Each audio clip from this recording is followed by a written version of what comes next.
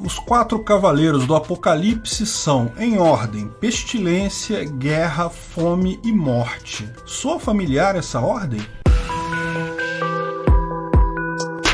Esse é o Visão Libertária, sua fonte de informações descentralizadas e distribuídas. Antes de mais nada, devo deixar claro que eu sou ateu e, embora eu tenha um enorme respeito por quem acredita, eu sou extremamente cético quanto a profecias de qualquer tipo. Não acho que tenha lógica alguma. Ainda assim, a coincidência é algo bastante chamativo. Vamos entender o que está acontecendo? Pestilência, a gente teve a Covid. Guerra, estamos tendo agora na Ucrânia. Fome, bem, a Rússia e a Ucrânia produzem sozinhas 50% do trigo do mundo, além de vários outros produtos agrícolas significativos. A safra passada, que já foi colhida, está tendo dificuldades em ser exportada devido às dificuldades da guerra e múltiplas sanções. Mas pior ainda vai ser se a guerra se estender por mais alguns meses, impossibilitando a semeadura da nova safra, que precisa ser feita agora na primavera do hemisfério norte. Mas pior do que isso, muitos dos fertilizantes usados no mundo todo também são produzidos por Rússia e Ucrânia, e no momento está quase impossível comprar tais suprimentos fundamentais. Aqui no Brasil, o governo alerta que existe fertilizante por hora, mas que vamos precisar de mais até o final do ano. Se até lá não houver uma solução do conflito, podemos ter falta de fertilizante e elevação do preço da comida no mundo todo, inclusive no Brasil. Vários organismos internacionais estão alertando: podemos ter um problema de fome significativo ainda este ano, mas que pode ficar muito pior nos anos seguintes. A agricultura moderna toda tem uma produtividade enorme, mas para isso depende muito de fertilizantes. Sem esses, simplesmente não haverá comida para os 7 bilhões de pessoas na Terra. Então, tivemos 2 anos de doença, uma praga que matou milhões de pessoas no mundo todo, e mal aliviou a pandemia, estamos entrando numa guerra que, embora ainda seja uma guerra localizada, apenas a invasão da Ucrânia pela Rússia, ela possui um potencial muito grande de escalar, de envolver outros países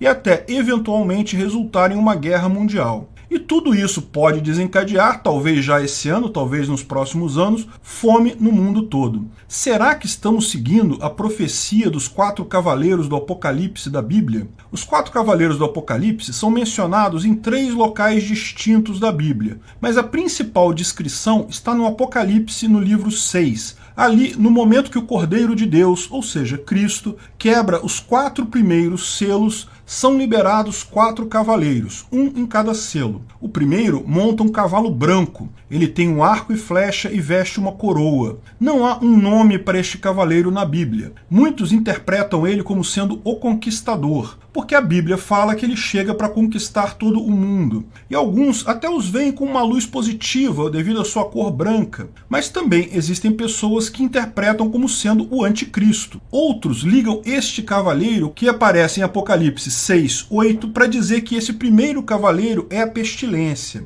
Não está claro se as informações contidas em Apocalipse 6, 8 referem-se apenas ao último cavaleiro ou a todos eles. Se forem a todos eles, fica claro que o primeiro é a pestilência, lançada por animais selvagens da terra. Um vírus vindo de morcegos, talvez? Mas a própria lógica pode favorecer esse entendimento. Afinal, como pode o primeiro cavaleiro ser o conquistador e o segundo ser a guerra? Claramente a guerra deveria vir antes da conquista, a menos que a conquista seja justamente a conquista por infecção, por um vírus. Poderíamos até imaginar que esse cavaleiro branco trazendo a pestilência do mundo são os técnicos de determinado laboratório, e o vírus como sendo a conquista sobre o mundo. Novamente, nada fica claro de forma absoluta aqui, mas sem dúvida esse pode ser um entendimento. O segundo cavaleiro monta um cavalo vermelho. É o cavaleiro que vai tirar a paz da terra, vai fazer com que os homens matem uns aos outros. Ele tinha uma espada.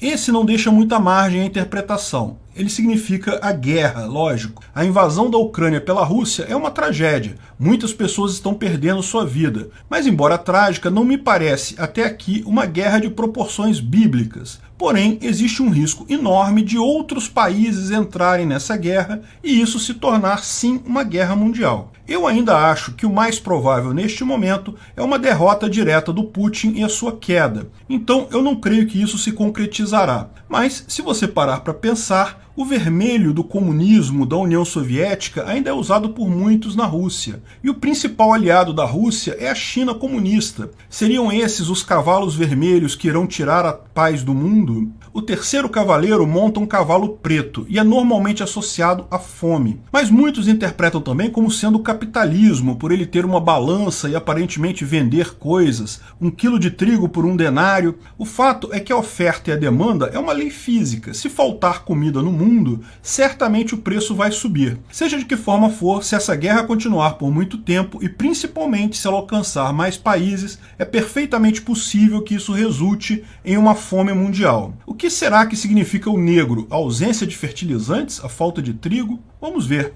O quarto cavaleiro monta um cavalo amarelo, e o nome deste cavaleiro é a Morte. Parece realmente o fim do mundo. Quem sobreviveu à pestilência, à guerra e à fome acabará acompanhando Hades de qualquer forma. Curioso o nome de Hades, um deus grego da morte aqui, provavelmente referindo-se ao inferno. Note que em algumas versões da Bíblia ele é associado a Thanatos, uma entidade responsável por mortes não violentas, ou seja, no final das contas, 1/4 das pessoas do mundo simplesmente irá perecer. Provavelmente isso é o resultado de todos os cavaleiros. Mas é um fato que existem múltiplas interpretações sobre essa passagem na Bíblia. Como é muito comum em livros antigos com profecias, elas são totalmente abertas, permitindo múltiplas interpretações. E aqui o meu lado cético fala mais alto. O mais provável é que seja uma descrição tão genérica que estamos associando ela a eventos atuais simplesmente por nossa situação, não que elas foram profecias reais previstas para isso. Esse fenômeno acontece também com muitas previsões de Nostradamus,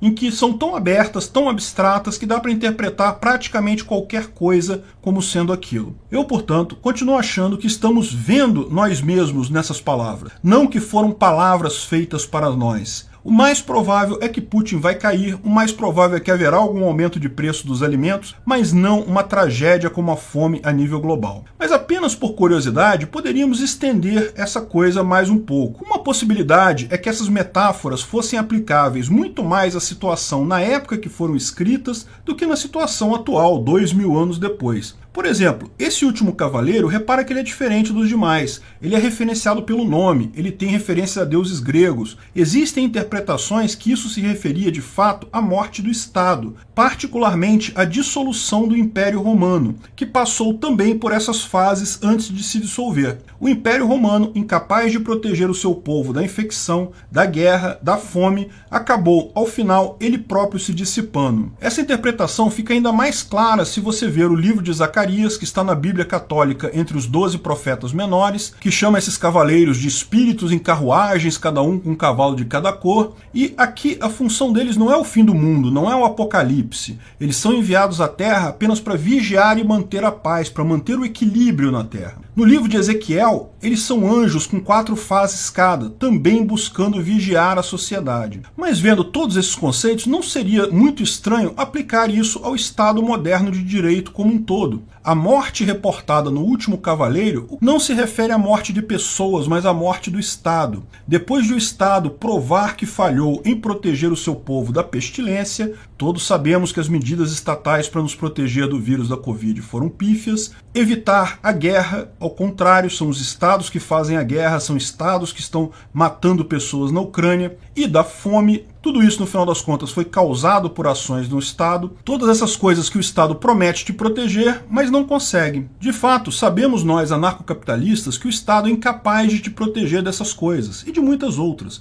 Ao contrário, são os causadores desses males. Ao final, com a morte do Estado, que lembra a ligação com Thanatos, diz que será uma morte sem dor, uma morte não violenta. Ele vai simplesmente se dissipar. Restará às pessoas recriar a sociedade sem a coação estatal e a opressão estatal. Alguns podem dizer que eu estou forçando a barra, mas pensa bem, é um cavalo amarelo, da cor do anarcocapitalismo, me parece absurdamente apropriado. De qualquer forma, ao que tudo indica, vamos presenciar, seja lá o que estiver por vir, nos próximos anos. Seja o fim do mundo, seja a reorganização dele sobre meios voluntários não coercitivos.